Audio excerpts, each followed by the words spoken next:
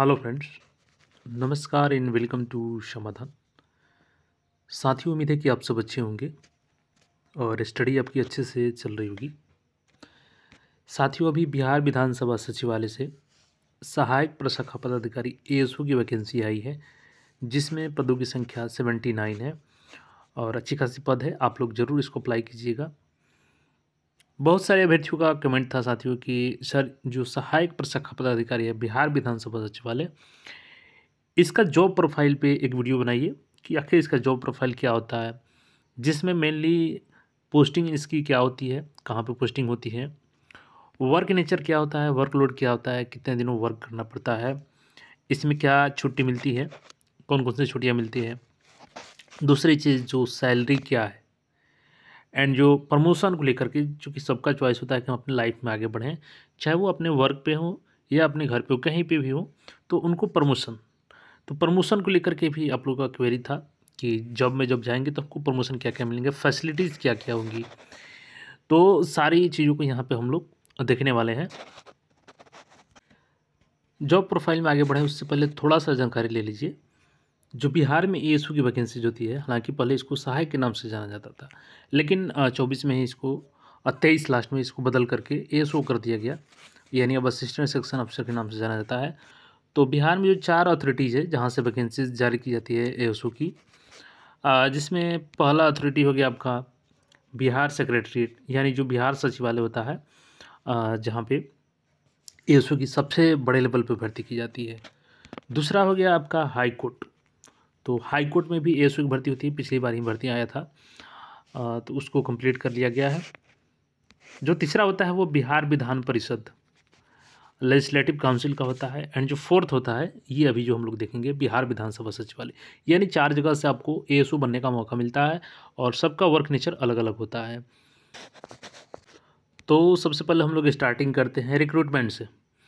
तो देखिए, ऑर्गेनाइजेशन कौन सा होता है, तो बिहार विधानसभा सचिवालय, इसी के माध्यम से वैकेंसी जारी की जाती है आपकी, और इसी के अंडर आपको काम करना होता है, और इस वैकेंसी को भी इसी के माध्यम से कंप्लीट किया जाता है। यानी कि जो बिहार विधानसभा सचिवालय है, ये अपनी भर्ती किसी दूसरे एजेंसी को नहीं दे करके, बल्कि खुद ये वैकेंसी निकालती है। हाँ, एग्जामिनेशंस कंडक्ट कराने के लिए एजेंसी का चयन जरूर होता है, लेकिन जैसे कि बिहार सेक्रेटरीट सर्विस है, उसमें जैसे बिहार एसएससी भर्ती लेती है, तो इसमें ये सेल्फ होती है अपनी बॉडी, और सेल्फ ये एग्ज़ाम को कंडक्ट कराती है।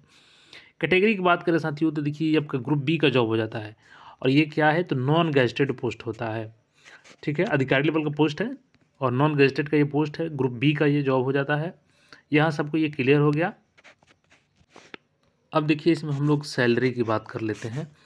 तो सैलरी इसमें जो ग्रेड पे आपका होता है वो 46 रुपये का होता है। और चूँकि देखिएगा आप, तो सेकेंड इंटर लेवल में, सॉरी, यहाँ पे जो 7th पे है, लेवल 7 के अनुसार ये एएसओ की वैकेंसी है, और जो भी वैकेंसी 46 से 48 ग्रेड पे होती है वो बीपीएससी के थ्रू होती है। तो इसीलिए इसका ग्रेड पे जो है वो लास्ट है, वो 46 ग्रेड पे का है, लेवल 7 का है। पे बैंड की बात करें यहाँ पे, तो देखिए 44,900 से 1,42,400 है।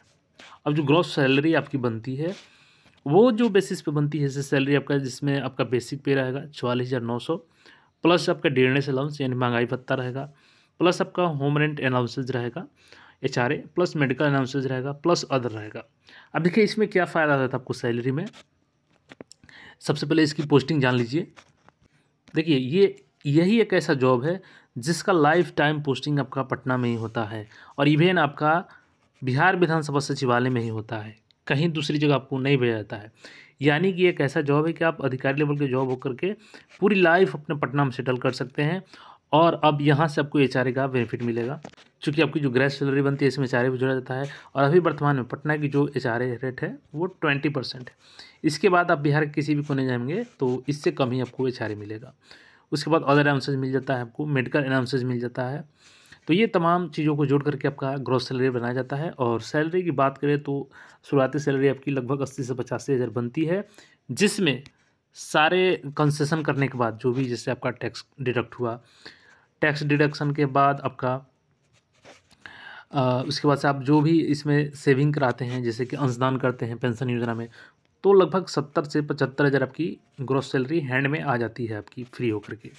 तो सैलरी के बारे में ऐसा जान लिए। पोस्टिंग ऐसा है कि आपको लाइफ टाइम पटना में ही रहना होगा, जबकि बिहार सचिवालय में आप जाते हैं एसओ बन के, तो आपकी पोस्टिंग पटना में भी हो सकती है, प्रमंडल्स में भी हो सकती है, तो यानी पटना से बाहर भी उसमें पोस्टिंग हो सकता है। अब यहाँ से आपने देख लिया, पोस्टिंग हमने देख लिया, सैलरी हमने देख लिया। अब हम लोग देखेंगे यहाँ पे वर्क। अब देखिए वर्क का जो मेन काम होता है, इनका काम होता है ड्राफ्टिंग और नोटिंग का काम होता है। यानी कि जैसे कोई लेटर आया तो उसकी ड्राफ्ट तैयार करनी होती है, कहाँ पे लेटर भेजना है, कहाँ फॉरवर्ड करना है, फिर उधर से जो लेटर आते हैं उसको नीचे किसके पास भेजना है। दूसरी चीज़, जो लेटर्स आती हैं उनको सॉर्ट करना होता है, उसका नोटिंग करना होता है, नोटिंग करवाना होता है डीईओ के पास, डाटा एंट्री ऑपरेटर के पास, और उसको फिर एसओ के पास फॉरवर्ड करवाना होता है। तो मेनली इनका वही है कि सॉर्टिंग करना नोटिस को, और उसको ब्रीफ में लिखना, टाइपिंग करवाना, और उसको एसओ के पास फॉरवर्ड करवाना। यानी कि सहायक प्रशाखा पदाधिकारी को कौन कौन से कार्य सौंपे गए हैं, तो विधानसभा की जो कार्यवाही होती है उसमें इनको मदद करना होता है, और सभा की कार्यवाही के दौरान जो प्रश्न पूछे जाते हैं उसका ड्राफ्ट तैयार करना इनको, कि कौन कौन से प्रश्न का उत्तर जो है उसका तैयार करवाना, और मंत्री के पास एसओ के माध्यम से होते हुए जाता है वो। विधानसभा अध्यक्ष तो निर्धारित कार्यों का संचालन, यानी बिहार विधानसभा अध्यक्ष जो भी कार्यों का निर्धारण करेंगे तो इनको उसको वहन करना होगा। दूसरी चीज़ की लेटर नोटिंग का ड्राफ्टिंग, जो मैंने बताया आपको, तो मेन काम इनका यही होता है कि ड्राफ्टिंग करना और नोटिंग करना लेटर्स का। और थोड़ा सा इनका वर्क नेचर अगर बात करें, देखिए अब चूंकि आपका काउंटर क्वेश्चन होगा, क्योंकि बिहार सचिवालय में आपको सैटरडे और संडे 2 दिन छुट्टी मिल जाता है सप्ताह में, सैटरडे प्लस संडे 2 दिन छुट्टी मिल जाता है। लेकिन यहाँ पे जहाँ तक मुझे अभी तक जानकारी मिल पाई है कि इसमें आपको सैटरडे को भी वर्क रहता है, क्योंकि जब भी कार्रवाई होगी विधानसभा की तो आपको करना होगा कार्य, और इसमें संडे तो छुट्टी मिलता है, ये कंफर्म है। लेकिन सैटरडे को लेकर के अभी जो जानकारी निकल के आई है कि आपको वर्क करना होता है। अगर आपको कुछ जानकारी हो तो कमेंट कर सकते हैं। तो यहाँ से वर्क नेचर आपको पता चल गया कि थोड़ा सा यहाँ पे वर्कलोड कभी कभी ज़्यादा हो जाता है, लेकिन हमेशा वर्कलोड ज़्यादा नहीं रहता है। अब हमने यहाँ पे पोस्टिंग देख लिया, वर्क देख लिया, सैलरी देख लिया। अब हम लोग देखेंगे प्रमोशंस देन फैसिलिटीज़ को समझेंगे। देखिए सबसे पहले तो आपकी जो वैकेंसी ली जा रही है एएसओ की, तो आप यहाँ से एएसओ बनते हैं, ग्रुप बी का होता है ये, लेवल स्तर लेवल 7 होता है। टोटल इसमें 188 सीट है, जिसमें आपको 79 पे भी वैकेंसी आई है।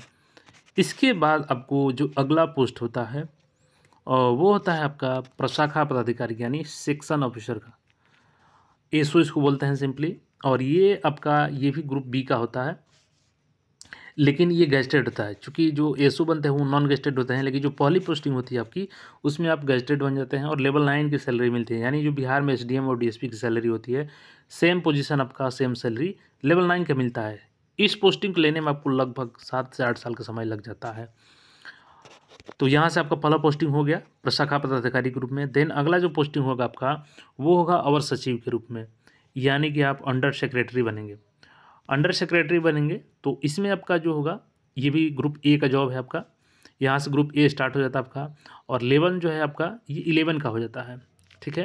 और ये 100% जो है पोस्टिंग इसमें प्रमोशन से की जाती है। और देखिए इस प्रमोशन को लेने में आपको लगभग 6 वर्ष, यानी कि जो इस श्रेणी में व्यक्ति कम से कम 6 वर्ष तक कार्य कर लेंगे प्रशाखा पदाधिकारी के रूप में, उनका ही पोस्टिंग यहाँ पे किया जाता है और सचिव के रूप में। और यहाँ पर टोटल 24 यहाँ पे सीटों की संख्या है। देन इसके बाद अगर आप कम से कम अवर सचिव 5 सालों तक रह जाते हैं, देन आपका जो अगला प्रमोशन होता है वो डेप्यूटी सेक्रेटरी तक होता है, यानी उप सचिव ग्रुप में होता है। ये लेवल 12 का होता है, और ये एक आईएएस के बराबर आपको सैलरी मिलता है। और ये आपका ग्रुप ए का ऑफिसर होता है, गेस्टेड अफसर होता है। तो यहाँ से आपका प्रमोशन भी पता चल गया कि कैसे कैसे प्रमोशन होगा। पहला जो प्रमोशन होगा आपका वो लगभग 7 से 8 सालों में आप एसओ बनेंगे। उसके बाद 6 साल अगर कम से कम वर्क कर लिए हैं तो आपको अंडर सेक्रेटरी बनाया जाएगा। फिर 5 साल के जॉब के बाद आपको डेप्यूटी सेक्रेटरी बनाया जाएगा। तो इस तरीके से आपने सारी चीज़ों को जान लिया। फैसिलिटीज़ की बात करें तो देखिए आपको इसमें आवास मिलता है आपको, चूँकि इसमें संख्या कम रहती है। और अभी देखेंगे तो पहले नहीं मिल रहा था बिहार सेक्रेटरी सर्विस में, लेकिन अब उनकी भी गर्दनी बाग में आवास बन रही है, तो उन सबको भी अलॉट किया जा रहा है। तो आवास की सुविधा मिलती है आपको, मेडिकल लिविंग मिलता है, छुट्टियाँ मिलती है आपको। इसके अलावा और भी जो भी फैसिलिटीज़ हो सकती है वो सारी फैसिलिटीज़ आपको दी जाती है। ट्रांसपोर्ट अलाउंस सारी चीज़ों को दिया जाता है। तो ये था जॉब प्रोफाइल। बाकी आप फॉर्म नहीं भरे हैं तो फॉर्म भर लीजिए, क्योंकि 13 दिसंबर तक ही लास्ट डेट रखा गया है, और ऐसा अपॉर्चुनिटी आपको बार बार नहीं मिलेगा। हमने इसके रिगार्डिंग मेंस का जो सिलेबस है प्लस प्रीवियस ईयर क्वेश्चन भी कराया है, तो उसको ज़रूर देख लीजिए और चैनल से जुड़े रहिए ताकि अगला भी हम जब क्वेश्चन कराएंगे तो उसको भी अच्छे से देखिएगा और आपका सिलेक्शन सिक्योर कर लीजिएगा। धन्यवाद।